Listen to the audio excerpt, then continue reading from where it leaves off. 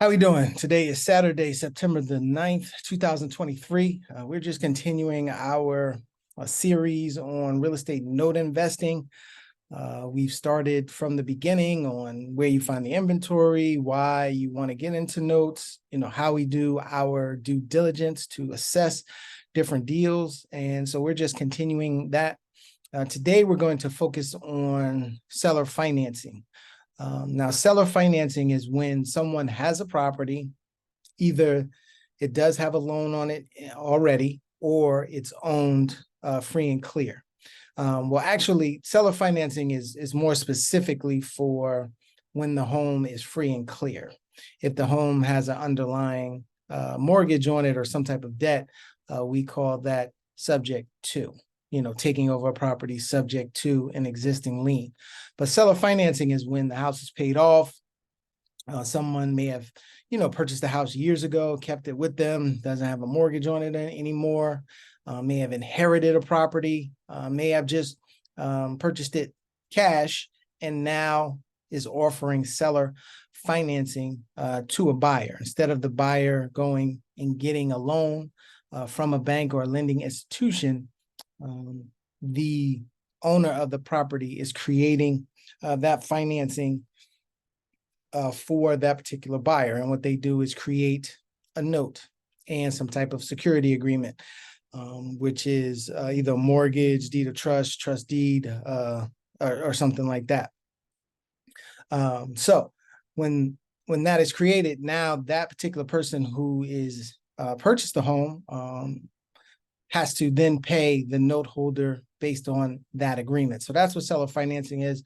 We're going to kind of jump into that and talk about that, and kind of go through what seller financing is, and what we do when we look for these notes to either to purchase. So where do we get the inventory? So the inventory comes a lot of times from, there are a bunch of companies out here that have what's called a lead list, meaning that they have gathered a bunch of information, public information on individuals and maybe some companies, smaller companies that have purchased property or own property and have offered terms or offered seller financing to a buyer. So they collect all that information. It's nationwide that these companies collect the information from, because this is public information. And they have these addresses and different things like that, so you can get in contact with these note owners or these people that have created the seller financing. So you can go to them, find out how much it would cost to pull a list. Say you want it, if you live in New Jersey like me, you can pull a list strictly for New Jersey. You can pull a list in any state, multiple states, whatever it is that you want to do, but they have the information. And then what you're going to do is, probably the most effective way is a direct mail campaign. I'm pretty sure you can try to do some other things if you have an email address or something like that. But direct mail is probably the best way to get in touch with people. Now, you may send a direct mail piece today. It gets to them in a couple of days. Maybe they are not ready to sell at that particular point when they receive the letter. But if you continue this campaign, usually, doing a second or a third, you probably want to touch them maybe 5 or 6 times, over the course of 6 months, a year, so to speak. And maybe within that year, something changes. Just like the time that we're in now, we've been in this great market, prices skyrocketing, a lot of things selling for more money over these last 10 to 15 years. It's been a bull market, and then now the market is shifting. So if you had sent out a mail piece maybe 6 months ago, 8 months ago, nobody was interested, but coming up now, the market is changing, market is shifting, they may be interested. So that's how we would reach out to them. We get the list, obviously pay a certain amount to obtain the list. It's usually not very expensive.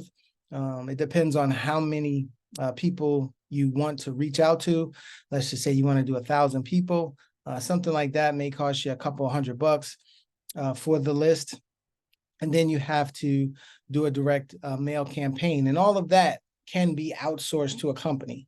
So, you know, for some people who think that, you know, I can't get in the notes because I don't have a lot of money and things of that nature, you know, for less than, you know, maybe $500, $1,000, you could get this list and be able to market to the list, depending on how big the list is and how long you want to do it for. Maybe you can afford maybe a monthly budget of $300, $500 or something like that to consistently market over the next 6 months. So if you, let's just say you did 500 over the next 6 months, you know, that's $3,000, if my math is correct.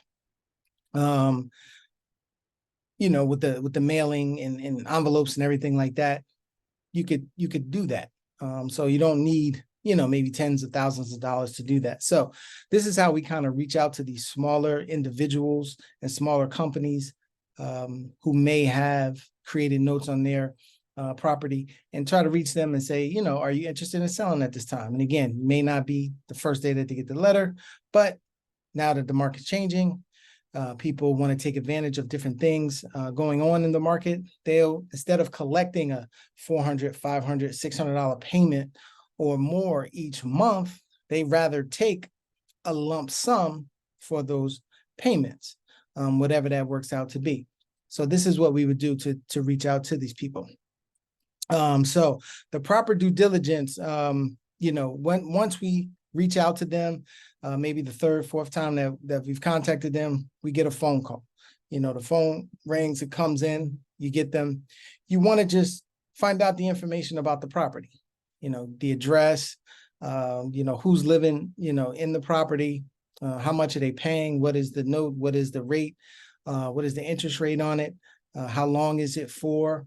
You know, do they know the condition of the property? Maybe they've not gone by the property in the last 5 years. So, you know, they may or may not know. Maybe they drive by, you know, once a year and have a pretty good indication of, you know, if the property needs to be repaired or something like that. So we want to try and get as much information based on, you know, what they know about the particular borrower that's in the property and the property itself. Want to find out, you know, are they paying on time? Does a person pay late? You know, a person may pay late, but makes all their payments. Have they missed a payment? Have they missed a payment in the past year, 18 months, 2 years, depending on how long you've owned the note. So these are different things that, you know, we can ask. And, you know, we can do that. We can give you a form that has these questions to ask. But, you know, a lot of times that is what we do. We reach out to them.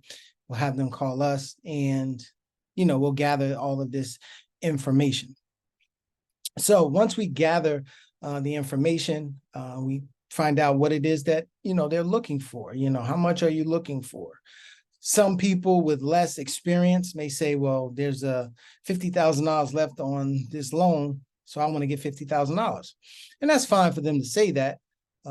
Theoretically, you're not going to get, I would say 9.9%, 9 out of 10 times, you're not going to get what they call par, or what's the remaining balance left on that loan. You're not going to pay that exact amount. You're going to be able to purchase that at a discount because you are purchasing something with today's dollars that is still, you're still going to collect into the future. So as time goes on, our dollar is worth less. So if I'm giving it to you now, you know, I have to get it at a cheaper price, because what this money spends today, what I can buy with this money today, I'm not probably going to be able to buy the same things with it 5, 10, 20 years down the line. So, you know, we buy at a discount. And then when we do that, that will push up that return or that interest rate on that particular loan that was written, which is better for us. So now we're getting a better return on our investment because we are buying it for less. So I'm giving you all, you know, I'm giving you a certain amount of money right now today based on what you would have collected in 10 years, 12 years, 15 years, however long down the line it is. So then obviously if, let's just say it's only 3 or 4 years left on this loan, you know, that discount may not be as great because it is getting ready to pay off. So we want to understand what it is that they're looking for. And based on what they're looking for and the information that we get on the property, do we want to buy this ourselves, or is there something that maybe a price range that I'm not willing to spend that I could pass along to someone else? Now, we want to say broker, but we don't want to say broker, because when you say like I brokered a note, you're saying that you could be accused of operating without a license in a lot of states, and they're kind of cracking down on that. So you want to be careful using the word broker. We say arbitrage, maybe just collecting a fee for, getting this person to say, okay, I want X amount of dollars for my loan, and then finding someone else who has that type of money who may want to take this on and potentially get it over to them for a little bit higher price where you make a fee. So are we going to buy this ourselves, or, are we going to get this over to somebody else and collect a fee? So those are the things that we want to do initially once we get those phone calls coming in and understand about the note. When we look at it, the pricing and everything like that, we want to be able to make that decision. So the due diligence on the seller financing is going to be how we discussed before. So if you want to go back in the training, you want to look at the performing note due diligence, and then we did one on non-performing note due diligence. So just a quick review. For the performing note, we want to look at the asset price. We want to understand what the property value is. We want to understand the numbers, the projected return on investment for this. We want to look at the property title. We want to look at the taxes. We want to understand our exit strategies. But then we have one exception that we don't do when we just purchase a performing note, maybe from another institution. We purchase it from someone else who owns the note. In this instance, we're probably going to have to pull the credit of the potential borrower that's in there, because a lot of times when we're dealing with seller finance notes, we're dealing with people that don't have as much experience. Not to say that you won't find someone that has experience and sold notes in the past and things like that, but just as it on a much smaller scale. But typically, this may be the first or second time that somebody has done it, and they don't know necessarily all the steps. They don't all the time run someone's credit and send them to a RMLO. That is a loan officer, registered mortgage loan officer, who looks at their credit, looks at their debt to income ratio and things like that. So, those are something that we're going to have to do with that, mom and pop seller finance note seller. So that's one of the exceptions in this due diligence process. And that's not hard to do. Again, we can get an RMLO, get the information over to them, have them pull the credit. And so we have an understanding of, maybe the person's credit a couple of years ago was better. It's not as great right now, whatever the case may be. So we can look at it and make a decision, is what we are paying for this, worth what we're paying for it based on that information. Okay. So, and then also sometimes with seller financed notes, they may be non-performing.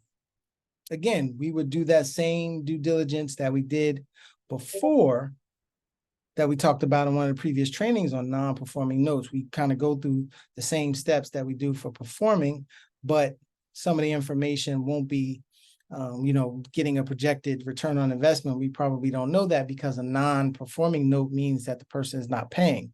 So we can't necessarily project a return on investment because the person isn't paying. So we don't know if we're going to be able to modify it to be able to get this person paying, or whatever the case may be. So we can't calculate that initially.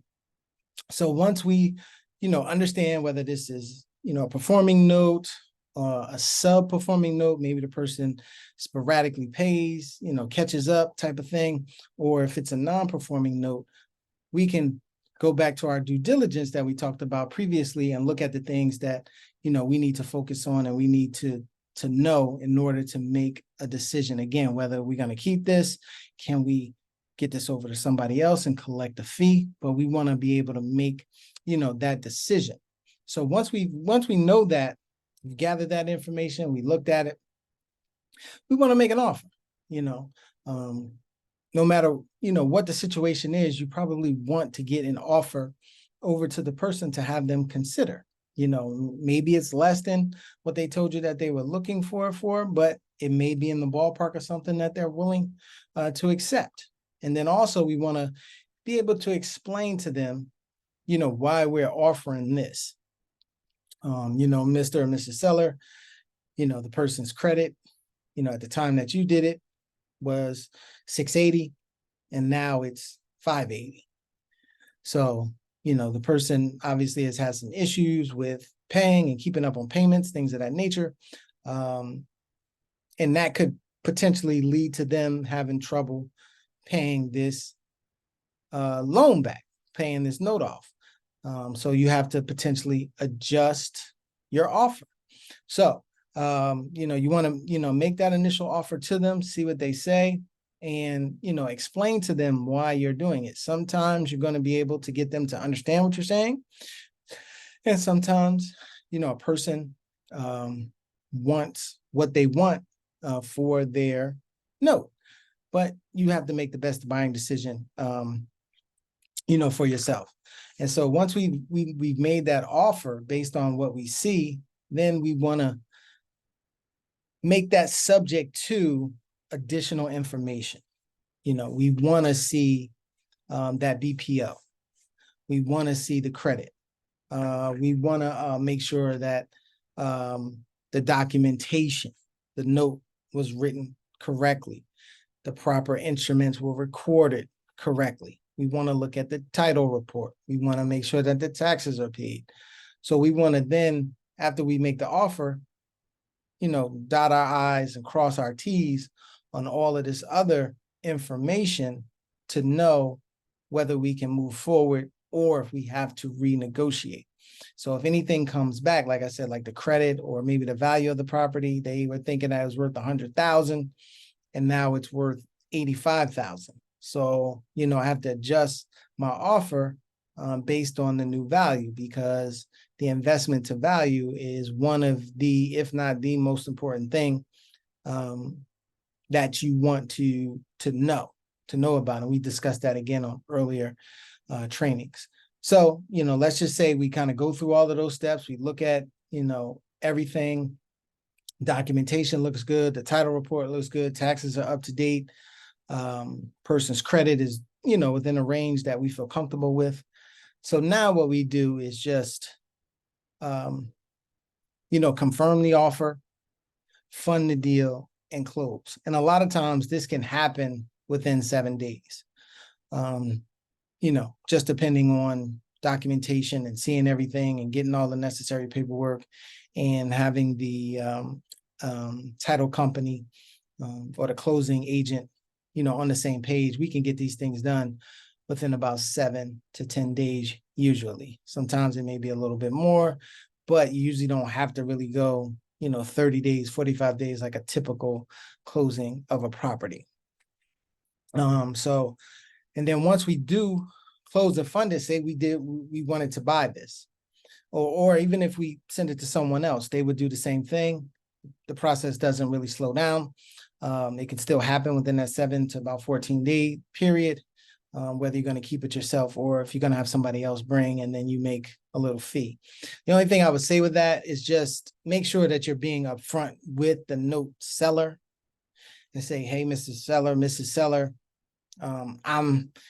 you know, I can't purchase it at this particular amount that you're looking for. You know, I wanted to pay something else, but I do have friend, colleague, business partner that, you know, I talked to about this, said that they will give you the price, you know, that you're looking for, and they're going to, you know, potentially pay a fee for me. And you usually want to work that out with the buyer of the person that is going to fund that particular purchase. You want to, you know, try and get it from their side if at all possible. Sometimes you can get it from the seller, but I think it's better to kind of work that out with the person that you're buying it from. So once you do purchase it, or the person that you've given, that person that's going to fund it, what we do then is we have to board it with a servicing company. There are plenty of servicing companies out there. We can definitely recommend some who've been in the business a long time, understand the process and everything like that. But there are tons of servicing companies out there, but you want to make sure that it is serviced. It's a small fee, maybe less than $50 a month. And, they will handle receiving payments and making sure that they're dispersed to you or the property entities that need to get it. Also, they can let you know if there's any issues with the taxes that come up in the future. They can they keep an eye on things for you, so to speak. So it's definitely worth the small expense to have that loan boarded with a servicing company. So, that's what we would do for a seller finance note on how to go after them, how to look for them, how to market to them, and get them to give us a call. So that is the next part in this training process. Again, if you're not someone that may have $20,000, $30,000, $40,000, $50,000, you may have, less than $10,000, less than $5,000, you can still get into this by doing a marketing campaign. If you market to 1,000 people, 2,000 people over 6 months, 12 months, consistently, chances are you're going to at least get one person who wants to sell their note. And especially, when this video was recorded in September of 2023, the market that we're going into, it's even a stronger possibility that, it won't even probably take 12 months for you to get someone to respond to one of your pieces and be able to work a deal out. And then for that money that you spent, you just want to make sure that you can make it back, with collecting those payments. If you decide to buy it, maybe for that $3,000 and you're collecting a $300 payment, within the first year, you've paid yourself back, plus you've made a return on your investment, which is good. And then you're going to continue to collect those payments over time, hopefully. Or again, we'll talk about some other things that you can do as well. But the point is that you don't need tremendous amounts of money to get into notes. And let's say you do that, and you do a deal, and then once you take the proceeds from that deal that you did, whether you were able to broker it or you purchased it yourself, maybe you can, put another campaign out there, get yourself another one. And then now you're starting to build on a smaller amount of money. So, that's what we're here to kind of help people with, show them the different ways that they can get involved. Obviously, if you are someone that has, $25, $30, $40, $50, $100,000 and you want to use that to invest, you can, just look for opportunities in the market that are already out there, or you can campaign for your own and try to buy those. So there's a lot of ways that you can enter into this particular business. And that's why we're bringing this training to let people know and to take advantage of the opportunity. So that's it for this week's training. We'll be back next week, next Saturday, 12:30 Eastern Standard Time. We're here live on Zoom, and then we upload these to our YouTube channel at Abundant Capital Group on YouTube. All right, everyone, take it easy and have a great day.